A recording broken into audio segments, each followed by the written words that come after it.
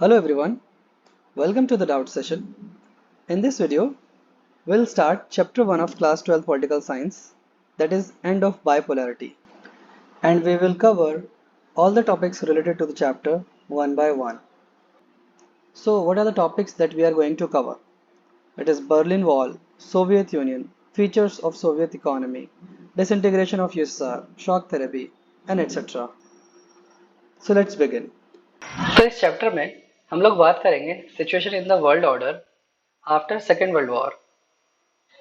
Second world war जो कि 1939 से लेकर 1945 तक चला था, उसमें दो ग्रुप थे, axis power and allied powers. Axis power में जर्मनी, इटली, जापान, और अलाइड पावर्स में अमेरिका, ब्रिटेन, फ्रांस, रूस, चाइना, ये कंट्रीज थी। और अलाइड पावर्स ने एक्सेस पावर्स को सेकेंड वर्ल्ड वॉर में हरा दिया था।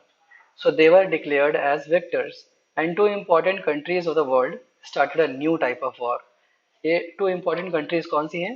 ये यूएसए और यूएसएसआर ही है जिन्होंने एक न्यू तरीके की वॉर शुरू कर दी, that is cold war. Cold war क्या होता है? तो जैसे कि आपको पता होगा कि कोल्ड वॉर एरा ये हमारा क्लास 12 का फर्स्ट चैप्टर हुआ करता था, और अब ये हट गया है as our new chapter. Our first chapter is the end of bipolarity. अब हमारा कोल्ड वॉर चैप्टर नहीं रहा, तो फिर भी हमें पता होना चाहिए कि कोल्ड वॉर क्या है। So cold war was a war between two important countries based on ideologies. America was supporting the ideology of capitalism, on the other hand USSR was supporting the ideology of socialism. वो socialism, समाजवाद को support कर रहा था, America पूंजीवाद यानी capitalism को support कर रहा था। और इन दोनों की आइडियोलॉजिकल डिफरेंस होने के कारण ये कोल्ड वॉर शुरू हुआ। इसमें ये लोग चाहते क्या थे? ये चाहते थे कि पूरे वर्ल्ड ऑर्डर में, पूरे वर्ल्ड में हमारा ही रुतबा रहे, हमारी ही हेजीमनी बनी रहे। और इस करके ये लोग छोटे छोटे देशों को अपनी आइडियोलॉजी से इन्फ्लुएंस करना चाहते थे, और इन्फ्लुएंस कर भी रहे थे। So USA and USSR both were at the same side in the second world war. जैसे कि मैंने आपको बताया, सेकेंड वर्ल्ड वॉर में दोनों सेम साइड थे, but after winning the war due to the ideological differences that socialist और USSR and capitalist supported by USA, they started fighting each other to prove that they are the most powerful country in the world, जैसे कि मैंने आपको समझाया। This led to the bifurcation of the world into two blocks. Yes, और इस cold war की वजह से ही पूरा वर्ल्ड दो पावर ब्लॉक में बट गया था, that was socialist and capitalist, which is called bipolarity. So एक क्वेश्चन भी है इससे रिलेटेड कि what is bipolarity? So you will write the division of world into two superpower blocks.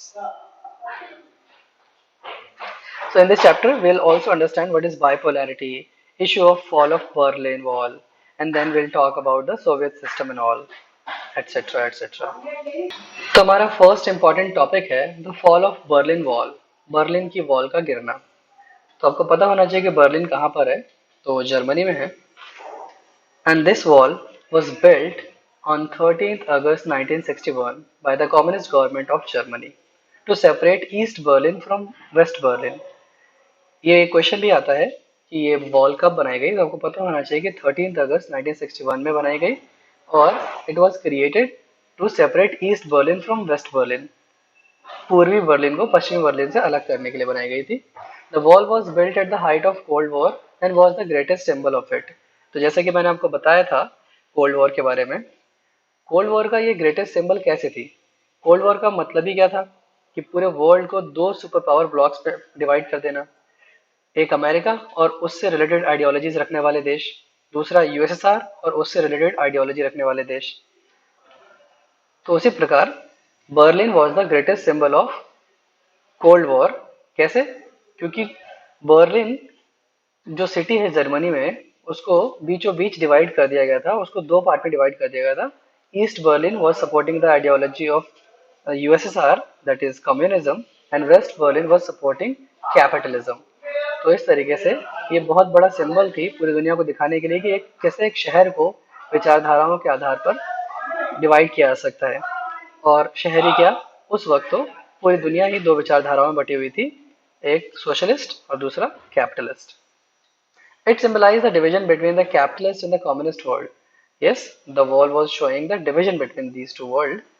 And ये कुछ फैक्चुअल डेटा भी आपको पता होना चाहिए कि ये वॉल 150 किलोमीटर लॉन्ग थी, and it stood for 28 years and finally was broken by the people of Germany itself on 9th November 1989.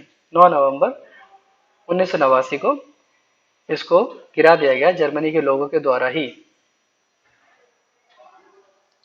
This marked the unification of the two parts of the Germany and the beginning of the end of the communist bloc और end of the Cold War.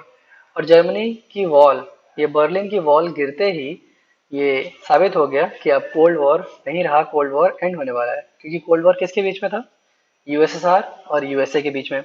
जब Germany की wall गिरा दी गई और उसके just कुछ सालों बाद यूएसएसआर भी एंड हो गया, तो इससे यह साबित हो गया कि अब कोई कोल्ड वॉर नहीं है. There is only single super power in the world, that is America. इसके बाद अमेरिका ही सिंगल सुपर पावर रह गया था. इससे रिलेटेड अब कुछ फैक्ट्स अगले चैप्टर में भी पढ़ेंगे. Soviet union began to end by mass action and not by military means. ये एक एक्स्ट्रा लाइन आपको पता होनी चाहिए, या सर्शन रीजन में पूछी जा सकती है कि सोवियत यूनियन कैसे एंड हुआ, बाय मास एक्शन और by military means. So you should know कि बाय मास एक्शन, पब्लिक ने सोवियत यूनियन को रिजेक्ट करना स्टार्ट कर दिया और इस तरह से उसका एंड हुआ. And not by military means, किसी मिलिट्री कू, कोई तानाशाही, कोई मिलिट्री की शक्तियों के द्वारा इसका एंड नहीं हुआ था. यहाँ पर आप देख सकते हैं ये यूरोप का मैप है. तो ये जर्मनी है और जर्मनी की कैपिटल बर्लिन आपको यहाँ कहीं पे, ये जो मेरा पॉइंटर है यहाँ कहीं पे आपको देखने को मिल जाएगी. And now there are some practice questions that you can do at your home. इससे आपको ये भी पता लग जाएगा कि आपने जो भी अभी पढ़ा है आपको याद है या नहीं. So thanks for watching. This was the first part of the video. Next I'll upload soon. Like, share and subscribe. Thanks.